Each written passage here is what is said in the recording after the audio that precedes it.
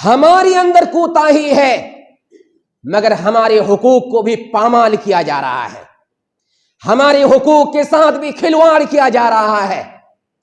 علماء کرام ہر میدان میں آگے ہیں اور آگے رہنا چاہیے، یہ سچی بات ہے کہ آگے ہیں اور آگے رہنا بھی چاہیے، لیکن آگے رہنے کا صلہ بھی سے ملنا چاہیے، جو صلہ نہیں مل رہا ہے، ان کے حق کو دبایا جا رہا ہے، کچلا جا رہا ہے۔ مثال کے طور پر آپ یہ جمعہ کا خطبہ ہی لے لیجئے، اس خطبہ کے لیے آگے کن کو بڑھنا پڑے گا؟ علماء کرام کو، اس لیے کہ انبیاء کے وارث ہیں، انبیاء کرام کا یہ منبر ہے، محمد رسول اللہ صلی اللہ علیہ وسلم کا منبر ہے، خطبہ انہیں ہی دینا پڑے گا، انہیں آگے بڑھنا پڑے گا۔ جنازے کی نماز کا مسئلہ لے لیجئے، علماء کو آگے بڑھنا پڑے گا اور علماء کرام آگے بڑھتے ہیں۔ نکاح پڑھانے کا مسئلہ لے لیجئے، علماء کو آگے بڑھنا پڑے گا اور علماء کرام ہی بڑھتے ہیں۔ اسٹیج پہ آنے کا مسئلہ لے لیجئے، لوگوں کو نصیحت کرنے کے لیے، رہنمائی کے لیے، حق کی طرف رہنمائی کرنے کے لیے علماء کرام کا مقام ہے اور علماء کرام کو آگے بڑھنا چاہیے اور بڑھتے بھی ہیں۔ اسی طرح سے دینی تعلیم کا مسئلہ لے لیجئے، دینی تعلیم کے لیے علماء کرام کو بڑھنا ہی پڑے گا اور الحمدللہ علماء کرام ہی آگے رہتے ہیں۔ اسی طرح سے فتویٰ فرائض کا مسئلہ لے لیجئے، جو علماء کرام کا کام ہے اور علماء کرام کو آگے بڑھنا چاہیے اور بڑھتے ہیں۔ ہر کام میں علماء کرام آگے ہیں اور آگے بڑھنا چاہیے اور بڑھتے بھی ہیں، مگر کسی چیز میں پیچھے ہے، کام بڑے بڑے، تنخواہ سب سے چھوٹی، تنخواہ سب سے چھوٹی، ہر کام میں آگے مگر ان کی تنخواہ سب سے پیچھے۔ بعض علماء کرام 2 دن 3 دن مدرسے میں پڑھا کر کے ایک مستری ایک مزدور کی تنخواہ ادا کرتے ہیں، کیا یہ دکھ کی بات نہیں ہے؟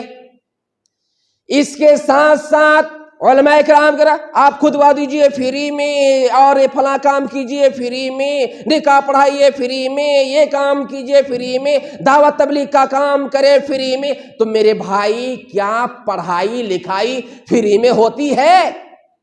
پڑھائی لکھائی تو فری میں نہیں ہوتی۔ پڑھائی لکھائی کے لیے کتنے ٹائم لگتے ہیں؟ میں اپنی بات بتا رہا ہوں، 16 سال سے زیادہ لگ گئے مجھے پڑھنے میں۔ کیا یہ 16 سال میں ایک بھی روپیہ خرچ نہیں ہوا پڑھنے میں؟ بے شمار پیسے خرچ ہوئے اور 16 سال سے زیادہ ٹائم لگا۔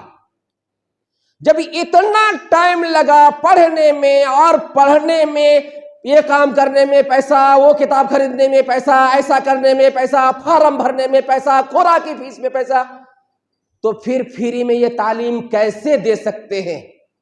فری میں تعلیم کیسے دے سکتے ہیں؟ تو اس کا کچھ نہ کچھ صلہ انہیں ملنا چاہیے اور اچھا صلہ ملنا چاہیے۔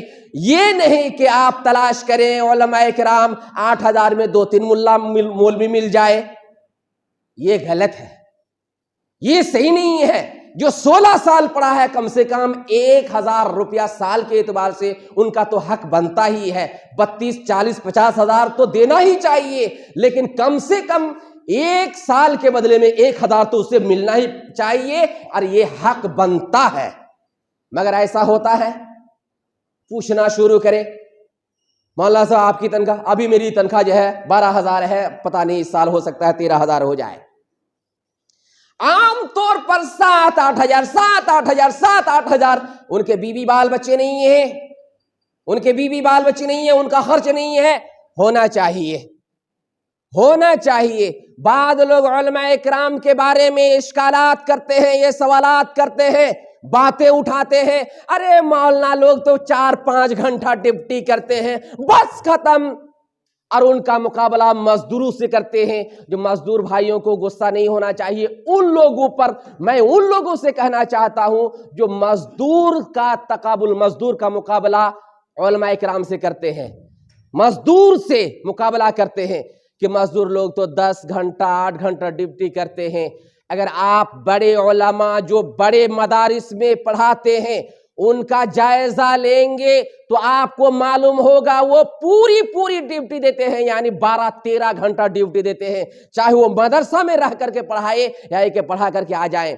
جیسے بڑی کتاب پڑھاتے ہیں 6 گھنٹہ مان لیجئے 7 گھنٹہ پڑھاتے ہیں، پھر آج جو پڑھا لیے کل جو پڑھائیں گے ان کے لیے پھر ان کو 6-7 گھنٹہ مطالعہ کرنا پڑے گا، تو کتنی لمبی ڈیوٹی ہو گئی، کتنی لمبی ڈیوٹی ہو گئی. یہ سب سمجھنا چاہیے اور علماء کرام پر ترس کھانا چاہیے.